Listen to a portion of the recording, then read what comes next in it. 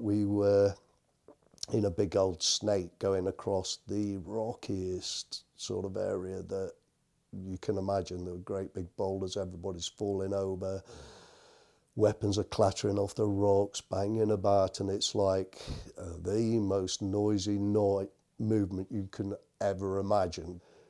I remember me and a friend of mine, we just sat on a rock because we weren't exactly slowing the procedure down. I think we'd stopped for a vent stop or a break, and we both lit up a cigarette, like.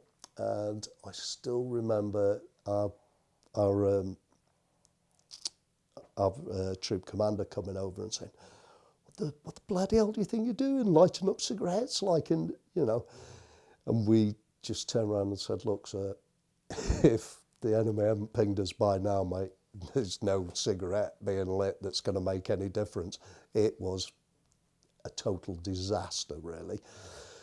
But anyway, we went through, and it must have taken us bloody 6 hours to go about 3 miles over this ground. We did dig in onto a hillside. That one, again, we just seemed to be sitting waiting to see what was happening. We did get a lot of Pucara attacks then, the planes coming over and strafing us with the rounds. And I do remember a plane coming over and like double barrel. It was like you see in the films with the old sort of ammo ripping up the ground around you. And I'm thinking, oh, this is not looking good. Fortunately, again, it didn't hit me. But even funnier than that, a friend of mine was taking a dump behind a rock as one came over, and the rounds are going right down alongside him while he's... And it sounds, sometimes it's difficult to understand. I'm like about 10 yards away just watching this happening, like, and just shouting at him and laughing at the fact, like, that he's getting shot at while he's having a dump. But we were on that location for a while, and there was a big valley coming by, and a lot of the planes used to come straight down through the valley. So we could see the pilots like face to face almost, because they were where they were coming in. We were just on that side of it. We moved on to another area where we again dug in along the side of a ridge, and it looked over where the Galahad was to land.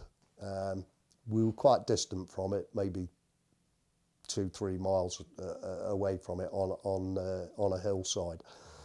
But do remember sitting watching it and just thinking, that's got no hope, like, you know, before it even got touched. It's, again, probably similar to the Canberra. You think, well, it's bound to get blown up.